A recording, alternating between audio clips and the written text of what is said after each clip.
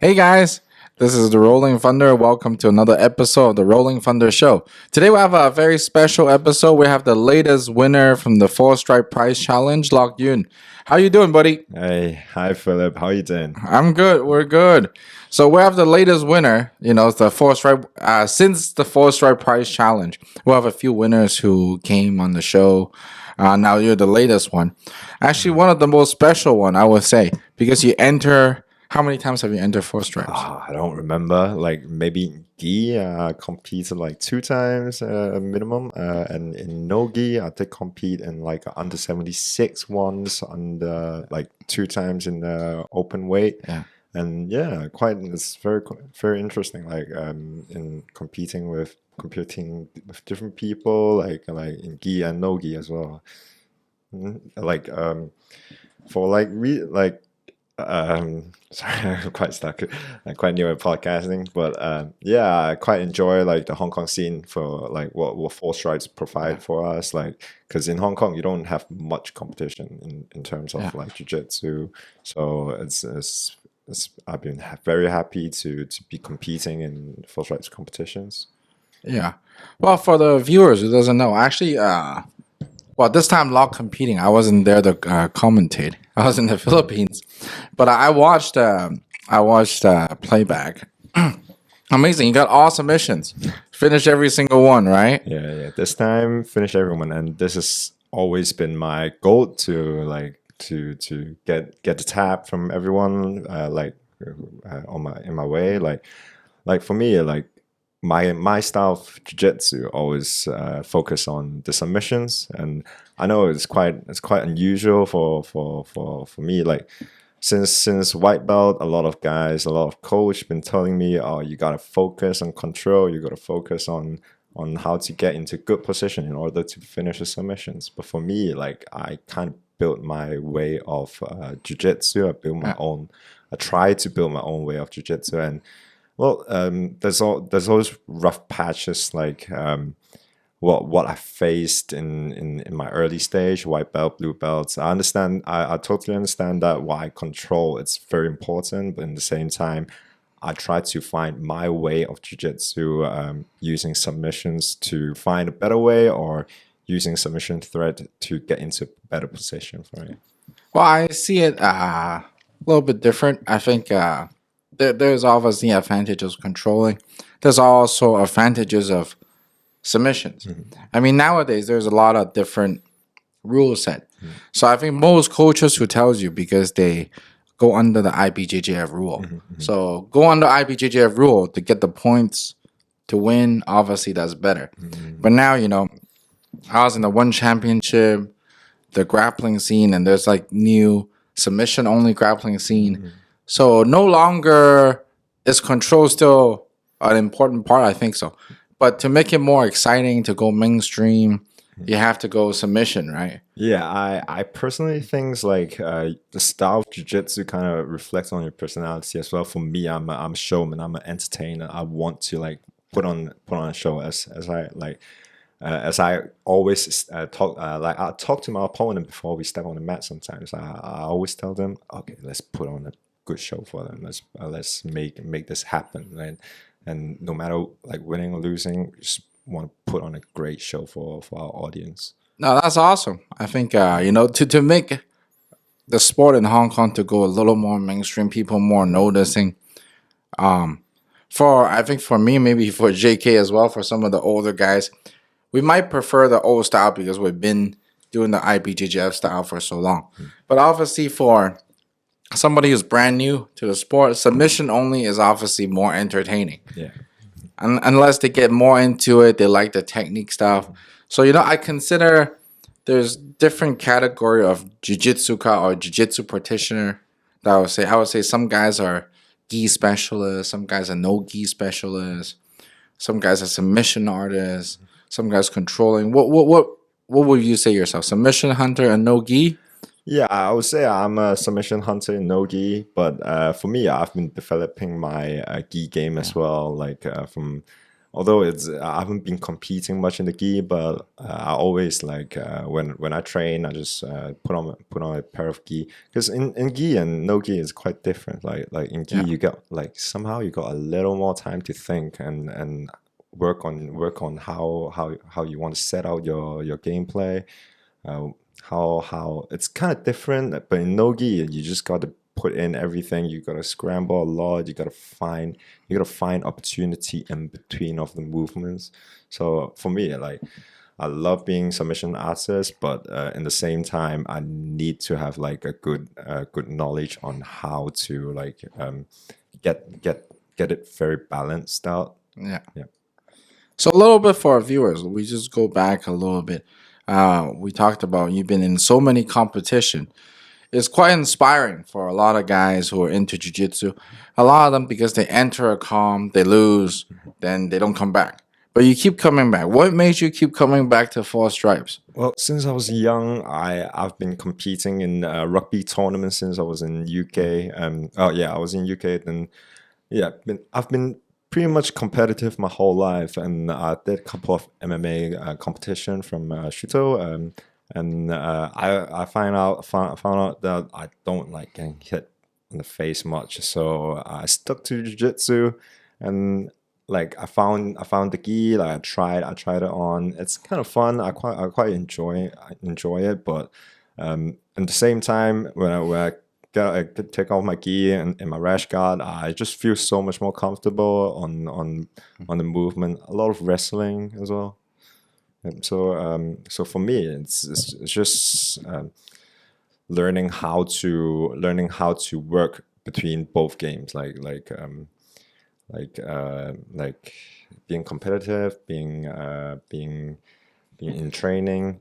But in terms of me going into competition again and again, because for me, I gotta learn what's winning and losing. For me, winning it's obviously cool, but in sometimes losing is a great opportunity to learn. I'm pretty sure everyone has said that before. Losing is more like learning. So I try to learn from my mistake and learn from my experience. Yes. Well, another competitor, Jack Wan. Have you fought Jack Wan before? No, I haven't right. fought Jack Wan before, but he's a good teammate for me. Yes, he's very good. So I think he told JK one time that he won a lot of competition around Hong Kong, but he told JK he never won a four stripe yet. So four stripes to some people, has a standard, right? And this is your first time winning. On the video, we saw that you're quite excited. Yeah. Is it more special winning four stripe than other comps? Well, it's kind of different. I've been competing in MGK cage grappling. I've been competing in the diamond cage grappling. And first time, like, because I know sometimes in four stripe we're focusing on IBJJF, like modified IBJJF rules. Like there's always points, but in cage grappling you don't. You if someone passes your guard, it's okay. But in four stripes, you gotta aware that like sometimes if you lose this point and the match finish, and that's it, and that's it for you. And so I gotta like understand the like each different competition scene and how it helps me to improve myself. Yeah. Okay, but which rule set do you prefer? Well, I actually quite like cage grappling, but in like as time builds up, like I personally think like four stripes kind of gives me a more rounded gameplay. And I learn how to use more controls. I learned that I have to like in order for me to hunt for submissions safely, I gotta like maybe take a few points ahead first, and I'll be comfortable to work on my own gameplay. That's good. Now let's for listeners and viewers, can you run us down how did you train for these competitions? Like you're gonna enter four stripes. What is your schedule like? So I know obviously you're not full-time full-time jiu-jitsu practitioner, which is most Hong Kong people aren't.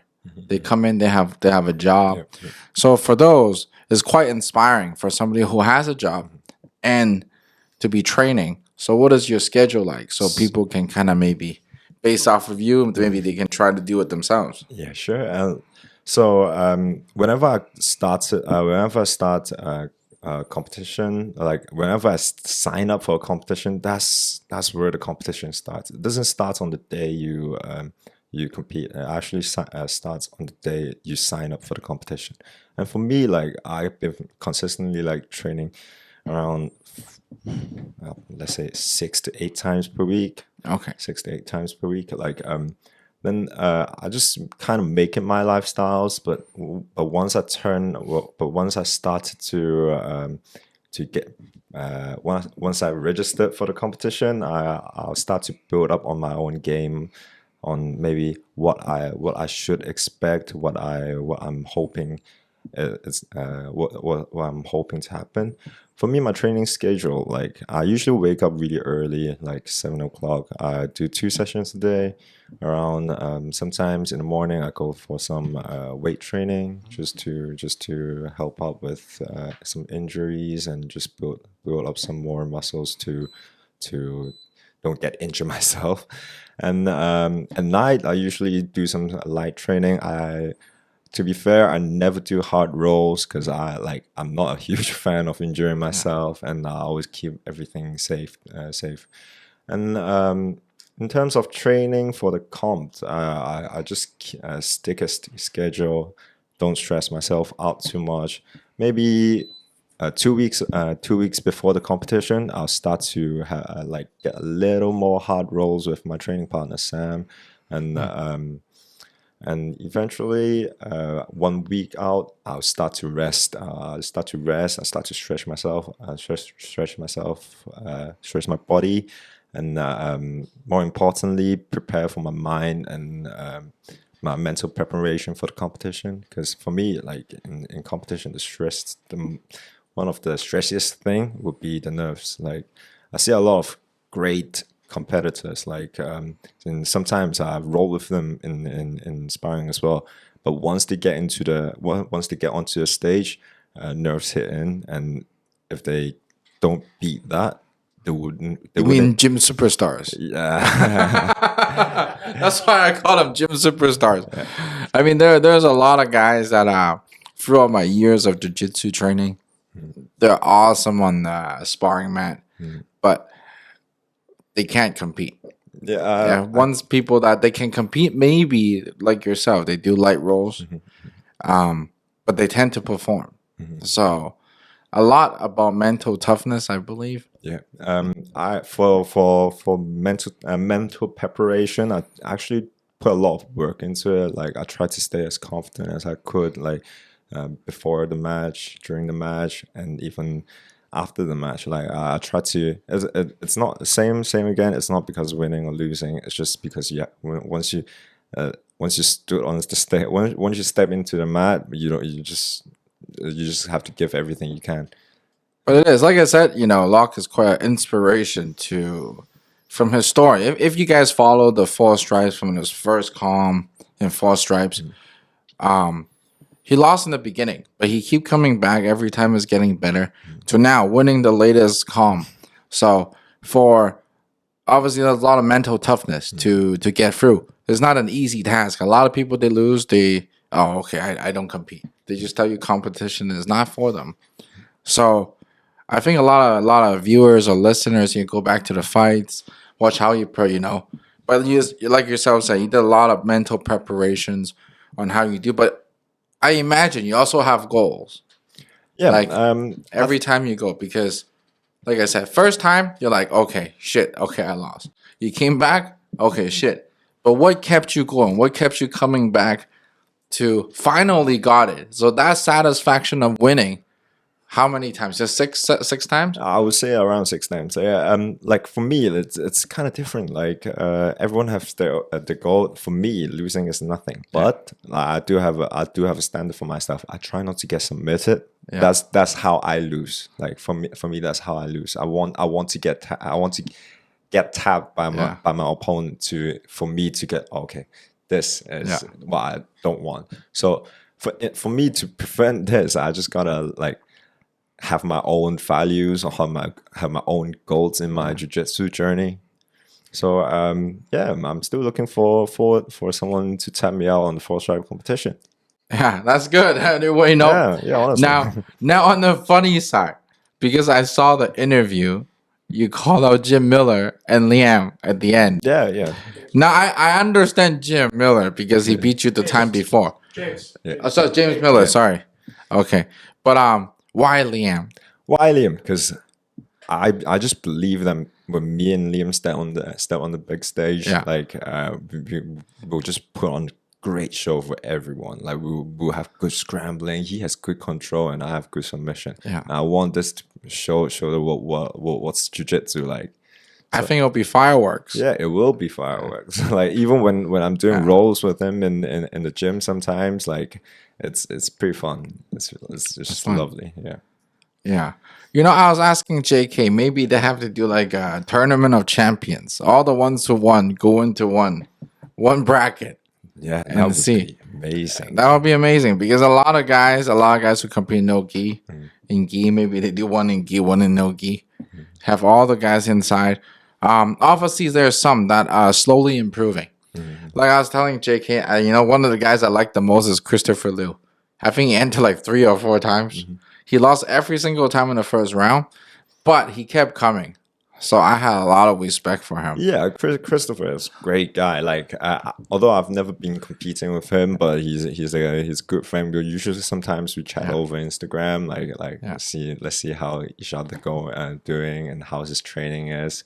And I just think it's a great community to meet friends as well. Honestly, like most 9 out of 10 of my competitor, we ended up being good pals. Oh, like, absolutely, absolutely. yeah. You guys, you know, it's a special connection after you get into a, you know, some people call it a fight, some people call it a match. Yeah. Yeah, but you know, after you get in a match with someone, you have a different type of respect for them. Yeah, it's just different. Yeah, for me as well. Yeah.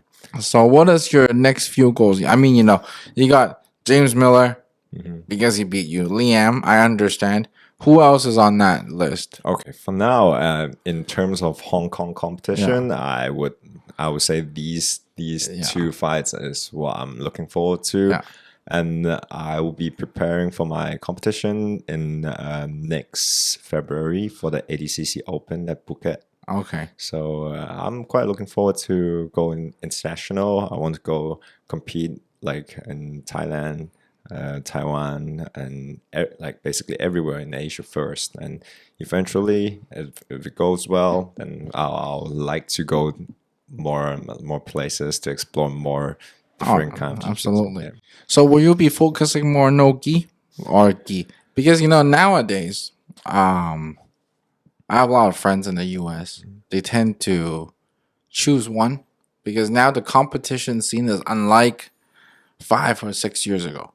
Nowadays, you got guys in gi. They really focus in gi for comp. So the level is higher. Guys who are doing no gi, they focus on no gi because now the no gi market is also getting bigger and bigger around the world. So I know there are guys who still train both, but guys tend to more focus. Like I saw your game is more focused on no gi game. If going international, maybe go to ADCC in Phuket, going to maybe some Japanese comms, Korean comms, would you be more focusing on no gi? Well, I would say I'll probably focus on no-gi more. It's gonna be my main sports, but as I said, like training the gi gives you more it lets you learn more. It gives you more time to think where you want to go, where you want to build up. It's in terms of competition in gi, I could be joining back some of the purple belts, open weight, or purple belts under 80 kilograms. Yeah. So I'm quite looking forward to it. And I recently, like a couple months ago, I got my purple belt, and I'm hoping to build my gi game as well. So so I would say let's do both. That's too bold. That's good. Yeah. That's good. Now with that, you go to Phuket for ADCC. Now ADCC rules obviously is different than IBJJF rules. So for guys who don't know, I mean, there's obviously, you know, the point system is different. So how do you prepare for ADCC? Do you start preparing now? Because or I mean, as a submission hunter, you're looking for submission constantly, of course. But you still have to think about how you stylistically or strategically how you're gonna approach that game, right? Like for the past couple of months, I've actually been working a lot of my wrestling.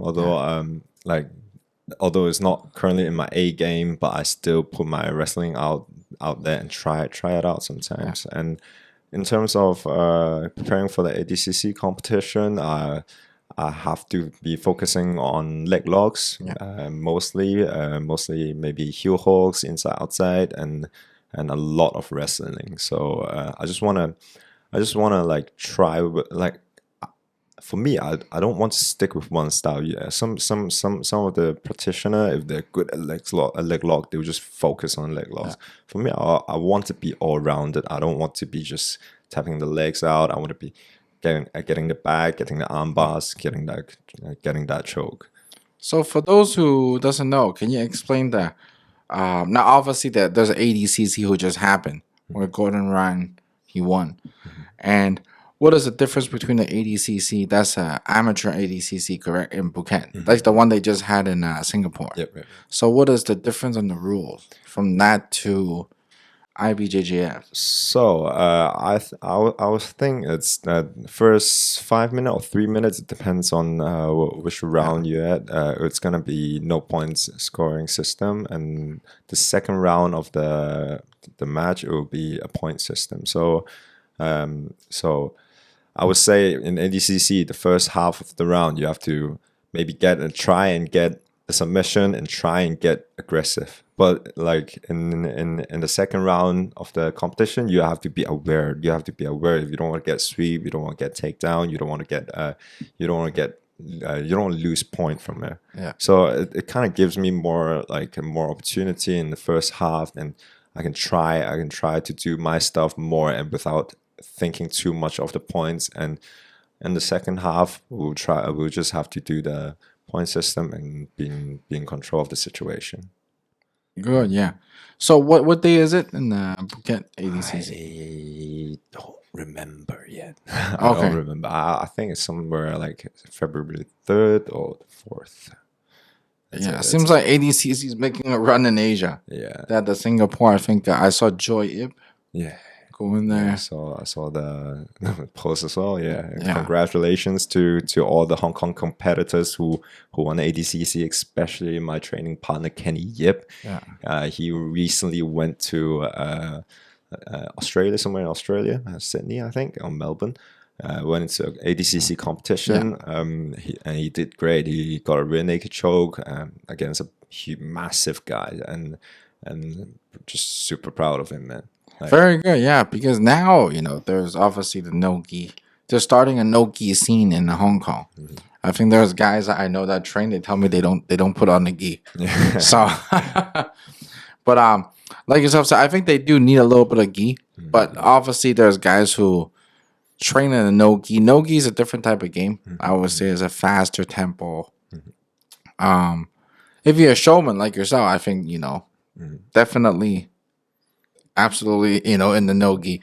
I think in the gi game is a little more cerebral. You have to think a lot. Yeah. You have to. There's a lot of some no gi guys would call it stalling. Some would just say strategically thinking, right? Yeah.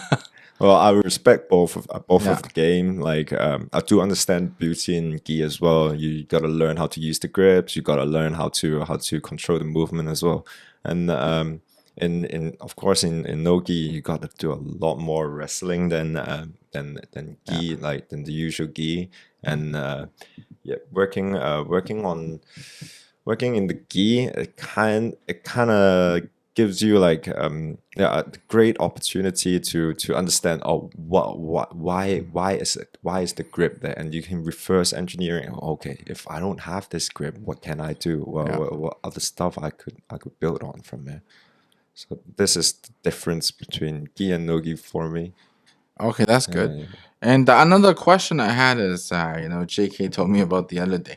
You have IG Arch Mixed Martial Arts. Yeah. So what is that about? Is that like your as a studio, or is that do you actually promote something that about yourself there? Yeah, so it kind of good mix of it. Like for me, I'm not actually looking forward to draw on a huge bunch of students or anything, but I have a boutique gym. It's pretty small, just mats in there, one toilet, and it's just for a small group of people to learn jiu-jitsu, and people who actually wants to learn my style to come to Okay. me and work on it. And for Arch MMA, I usually just put on some video for like some training videos sometimes, and some of my competition videos. And I just want to like one of the reason I started this page is because I've seen the local jiu-jitsu scene, and I've seen the local martial arts MMA scene as well. So I I have a good passion on really pursuing it as well. Like I want to build the community as well. Like bring in more and more young lads, and bring actually different age of people. Like and for me, it's actually quite happy that I started this page, and to show the world what I can offer, and what jiu-jitsu can offer to the Hong Kong community. Like because like many people, they didn't know the sport before, but once they found the sport, they just couldn't stop. It's just very Absolutely. I think addictive. a lot of people say, it helps with their mental health. Obviously it helps with physical health to get stronger. Some people, they like it as a hobby. So, but when do you do it? How many days a week are you there? Or I usually train around 5 to 6 days a week. at the Arch Oh gym? no, Or no, no! In Arch Gym, I usually have like a couple sessions per week, like a small class session. I yeah. don't. It's a pretty small place, so usually 2 to 4 guys. Then my class usually lasts around 2 hours, and it gives me the time to focus on one-on-one students. Like I don't like to call them students, but I prefer to call them training partners. Like because I want them to build up to to my level, and eventually winning the 4 Stripes champion one day. Yeah. So. So I know, nowadays there's a lot of different gyms in Hong Kong. So from a smaller place like your gym in Arch, mixed martial arts, would you think about making it like a open style? Like what is that called before? The one in New York, is it called 659 or something like that before? 540. Sorry. Oh yeah, Yes. 540. Yeah, yeah. Yeah, I actually something hear. like that maybe, because a lot of gyms, some we have some it's kind of political, right? Some guys are left, very like liberal in jiu-jitsu. We go everywhere, every gym we go. I understand that because some people wants to train different people, but I also understand the other side, that they go, hey, these are guys that want to be loyal to their instructor. They want to stay there, and the thing is, at the end of the day, I think it's a business, so they have to make money. Yeah. But if you have a gym like that, open style, would you think about opening to everybody, since you don't really have an affiliation of anybody, so people can go to your gym like a 540? They go, hey, if you have 2 days a week, everybody can come. Instead of cross training, you have an open mat to everybody, right? Yeah, this is basically what I wanted to build on, because I'm very lucky to start my jiu-jitsu journey with Colin Jiu-Jitsu. Yeah. Taki-san, Ray gave me a lot of freedom on what I wanted to do. Just technically, I just have to show them that it works. It's not like a stupid move. And yeah, at the beginning of my journey, like when I started to train with Ray Yamamoto, he like I do stupid stuff. I like since white belt, I started to look online. I started to study online, learn what's a rubber guard, and like at first he always says, "Oh, don't do that." But eventually, I showed him it kind of works, and it's kind of diverse. Like it kind of diverse my training and as well, and he kind of like from not accepting it much to openly accepting it. Yeah. It's a stage. I mean, it's different. It's like it's jiu-jitsu used to be a very like before I started, or like traditionally, like it's usually like very, wow, how could I say that, it's a very respectful, well, if you step once you step into some old style gym that I've never been to before, you gotta show bow to your coach. And I mean, I respect all of these, but sometimes like we just have to bring out who we are Oh, as absolutely. yeah. So, but my thing is, I think however people run the gym is however people like. I think some people they tend to like the traditional style. Like obviously you have guys. I always say you have guys from like US or Australia or Canada. They come to Hong Kong because they have a yellow fever, right? They like the whole they like the whole Chinese traditional. They want to wear the whole thing. We don't even wear it. We don't. But so in jiu-jitsu, in the same platform, there are guys who wants to do that. And there are guys who wants to be open. But for me, obviously I like to grow but I'm not into the gym business. But I would like to see someone that has like a Switzerland in Hong Kong. They can open one that everybody can go. Everybody accepted that everybody can go. So because like I said, I understand if somebody who go to another person's gym to go cross training, the coach might be thinking, okay, well, especially now. I mean, before COVID, all the Copa, they have points. So some people use it like, oh, we're number one in Hong Kong. So if another person come, they might not be so comfortable. But if they have an open mat session, which is everybody can go, from doesn't matter which gym, I think that would benefit the Hong Kong community. So I would like to see that actually. I would like somebody to actually start it, but Yeah, for me, like what I say to some of my lads in my gym, I actually promote them to cross train. I don't really mind where they train. I actually want them to learn more. Like I want them to learn fast as well. So that's some of my Hong Kong genes in me. I'm a little rebel. I'm like I want the best for my lads as well.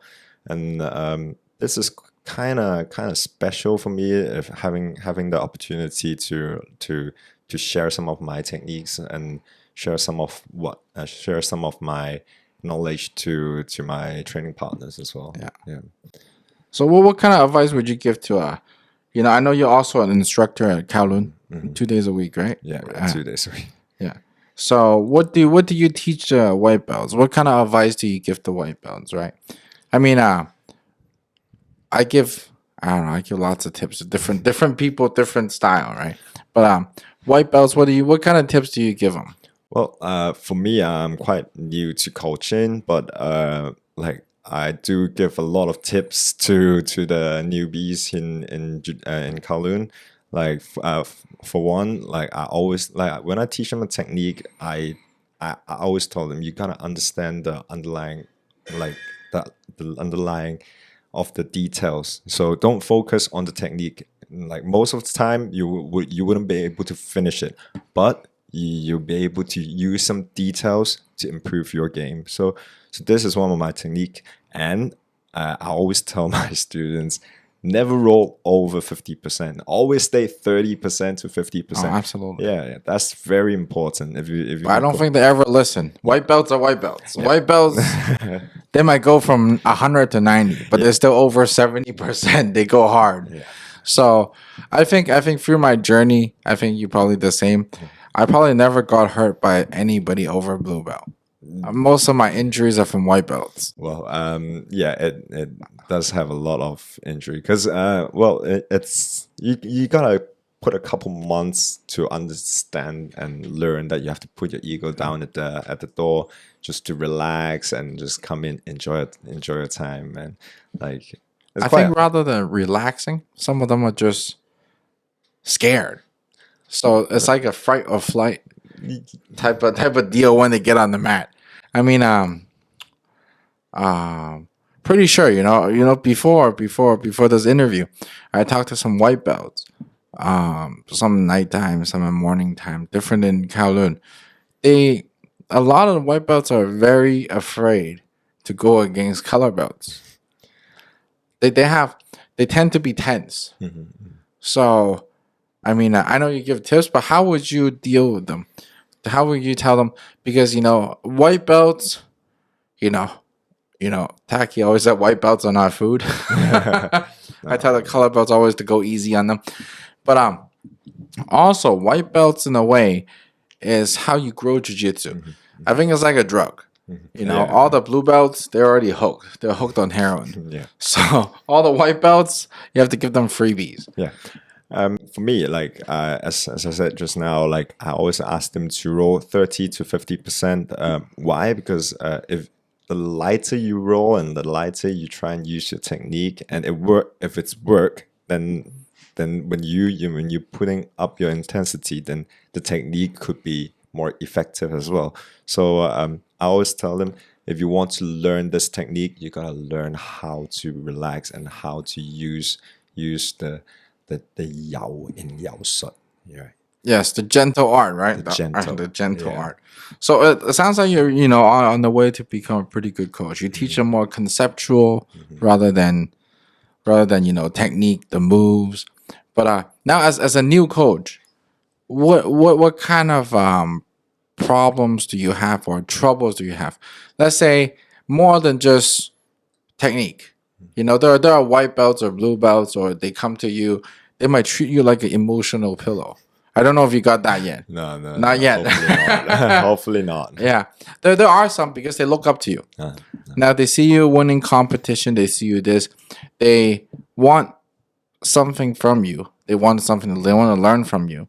So how do you give them your attention? There's a lot of students. How do you give them the enough attention? As a new coach, how do you prepare when you're teaching them?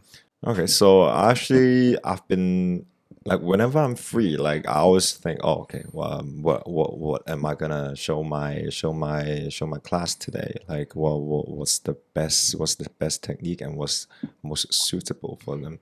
Like when I come in on a Thursday, sometimes it's a mixed batch of it. There's some white belts, some blue belts, some higher belts, some are even better than me. But for me, I just want to keep. I like to always find a technique that suits all of them. It doesn't have to be really hard, but sometimes it could be developing habits like on your game and how you move around your opponent.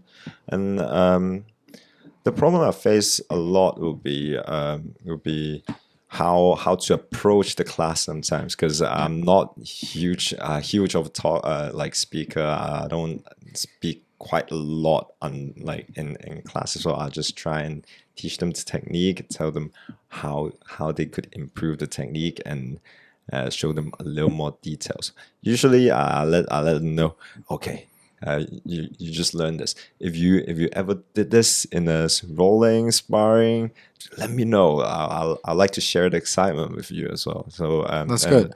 Yeah. So now there's a lot of competition.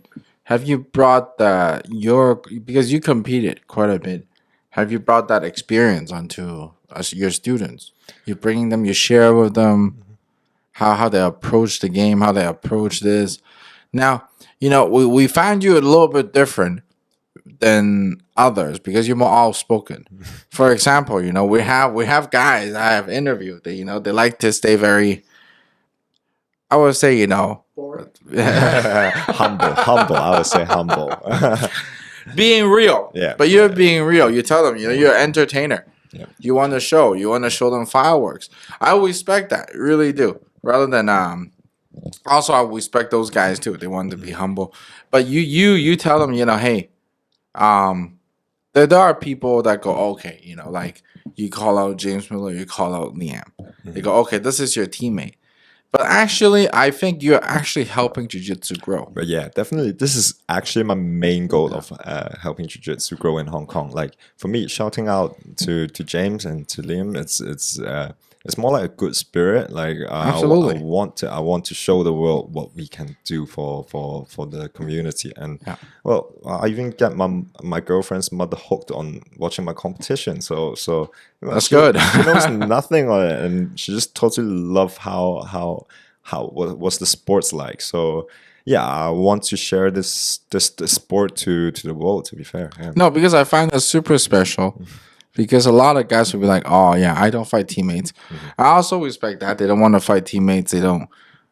They say, "Oh, we train together," but in another way, to make this mainstream, to take this sport to another level, you have to fight teammates. Yeah, yeah. I mean, it's like NBA. You're like, "Oh, I train with this guy." No, we're not. We're not playing tonight. I think the whole U.S. will go. That's not good. Yeah. That's not good, right? Or like World Cup. Like Messi is going against maybe Neymar. It's like no. We train in the same team. It doesn't happen in a major sport.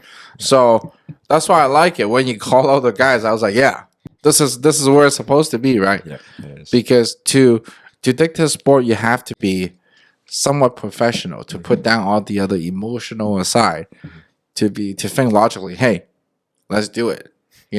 At the end of the day. It's a calm. After you shake hands, you're friends. Yeah. It's not like there's bad blood. That's true. If there's bad blood, then that's just immature, right? Yeah, that's true for me as well. Like from my first nogi match, I competed in the MGK. That time I was quite nervous. Like when I shot, like when I call out my opponent a little bit when on my first nogi match, because they did like a standoff before the match, and I was like, okay, come on. But in that time, it's false confidence. Like I try to boost my morale up and try to hide my nerves. But to now, like the confidence comes into me. Like when I compete, I want to, like, I understand what I want to do. I visualized everything before I stood on the mat, and this kind of gives me a good like at this stage I can tell I'm growing inside, growing mentally inside, and it's not just physical. Yeah. No, that's good. Like somebody told me, they're calling out guys. I said, that's good. That's good for the sport, because if you look at all the greats in other sports, Michael Jordan, he would fight any teammates any time of the day. And to be great, to be better, is supposed to be like this. And I just think, if you have good sportsmanship, you shake hands after. And the thing is, to be on stage rather than closed doors. I know martial arts is always a little bit different than other sports. Yeah. Other sports, you're like, oh, it's a sport. Martial arts, somehow people say, oh, you can't fight each other. You have to be closed door. I don't really like that. I rather think, they should do it so people can see. One thing about competition is when you train, you're training your game. Mm-hmm. And a lot of times you're hoping the other guy doesn't know your game. In a way. So you can surprise them. Yeah. But when you're fighting a teammate, it's totally different. He knows your game. You know his game.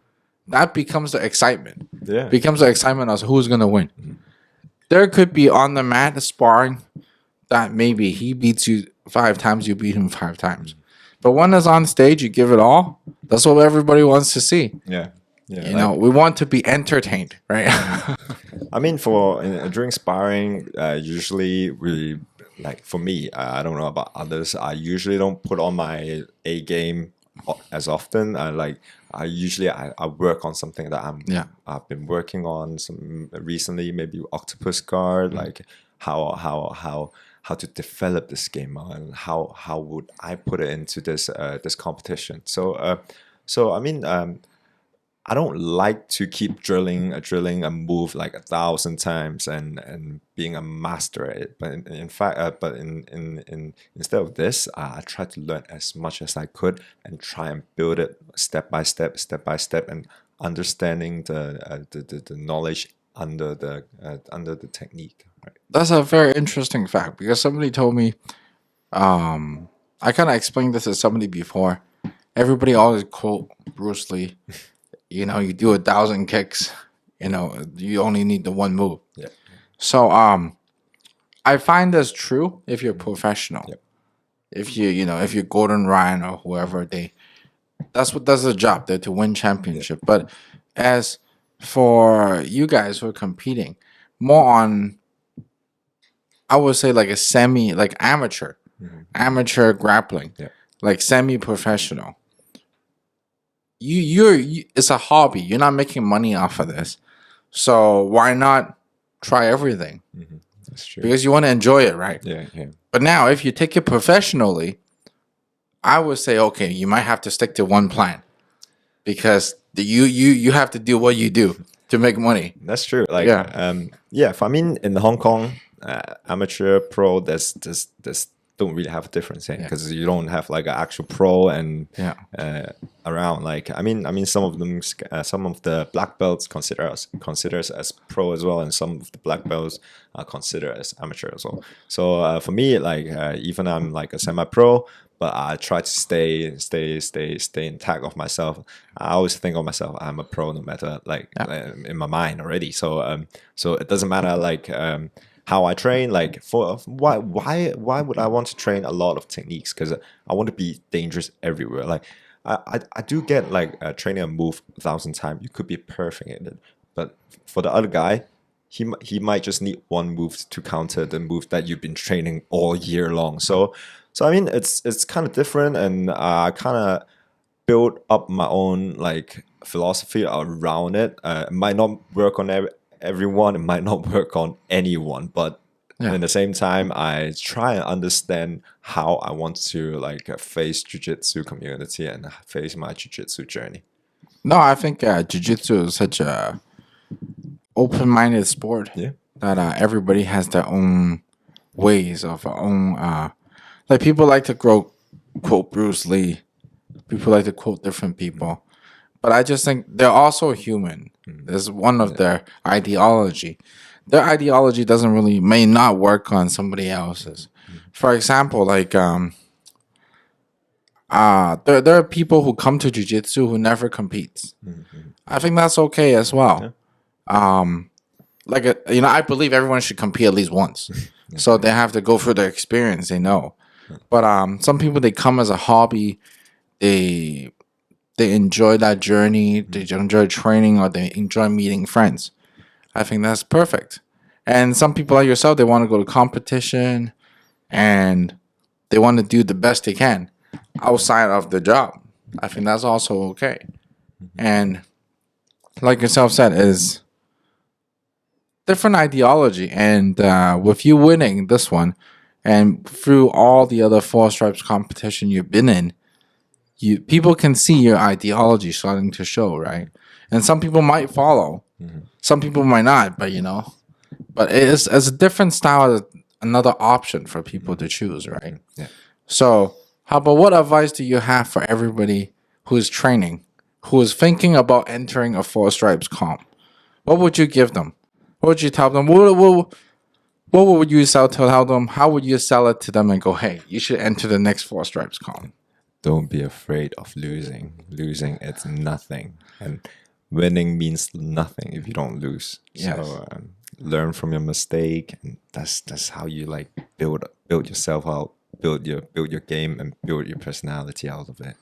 And would you say 4 Stripes has more pressure because they have the cameras on you the whole time?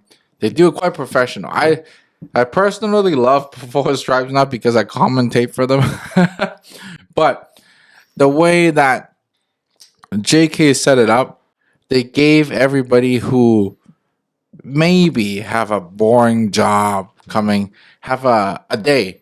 They can feel like a star. They're coming out by themselves. The only thing he's missing is the entrance music. Yeah, right? That would be needed. Yeah. Yes. But I like it. Obviously, the commentating, I try my best to commentate, right? Great job for Philip and Hohen and Sam as well. Like, yeah, great I mean, commentating is fun, and for guys who come back and take a look. But would you say all this? I know is very good. They're all good stuff. would you say this stuff also bring a lot of stress to people who enter? They think, wow. Like for my opponents, it might not be good for you, but for me, it's kind of where I get my power from. Like, so that's quite. He's a important. showman. That's right. Yes. Yeah. I mean, thanks for 4STRIPES. Like it's crazy that how we have like a little interview, a little walkout. Yeah. Whenever I do my walkout, I give the best. I give the cutest, sexiest like walkout ever. That's good. Yeah. I want to keep it entertaining, and everyone loves it. And so far, so good. Yes. We just need the walkout music. Yeah. I'll tell JK walkout music next time. Yeah, some fireworks as well.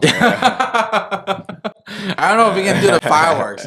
Maybe somebody have a smoke machine on the side. Oh yeah, that would be great. That would be great. Yeah, I mean, yeah.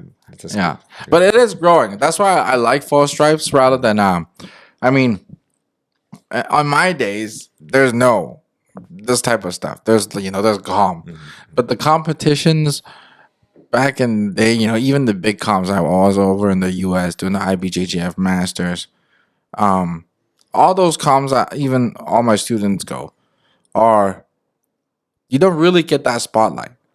But in the 4STRIPES, they give you that spotlight.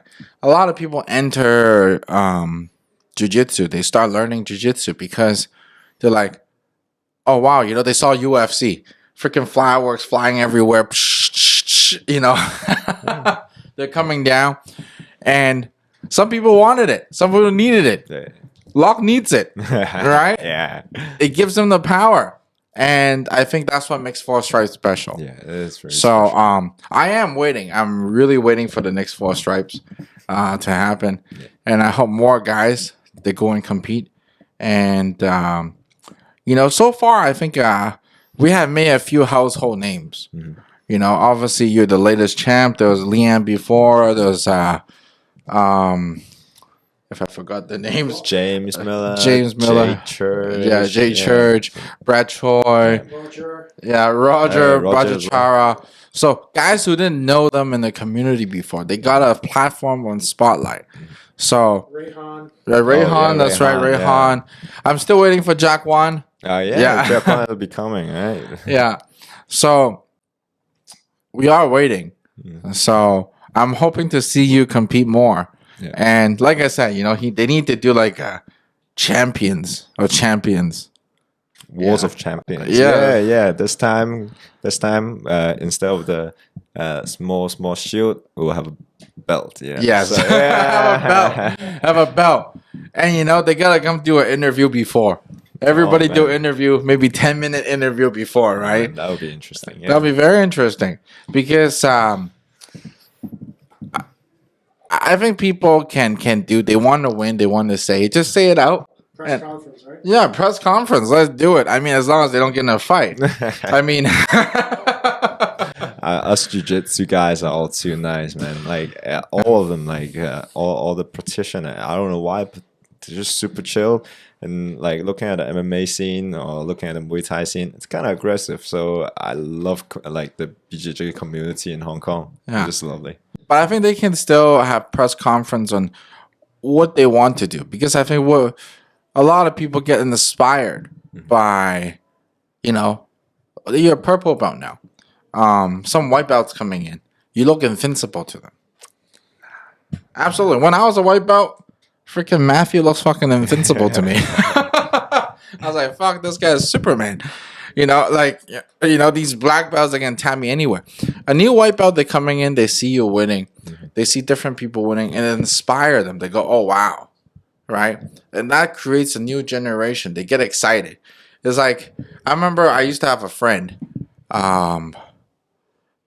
they joined like a cooking class or something. They're like, you gotta cook, man. You gotta cook.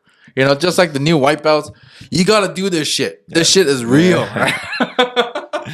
Yeah. So, but thank you for coming for an interview, Lok. And so much. We hope to see you soon in the next comm and the new year coming.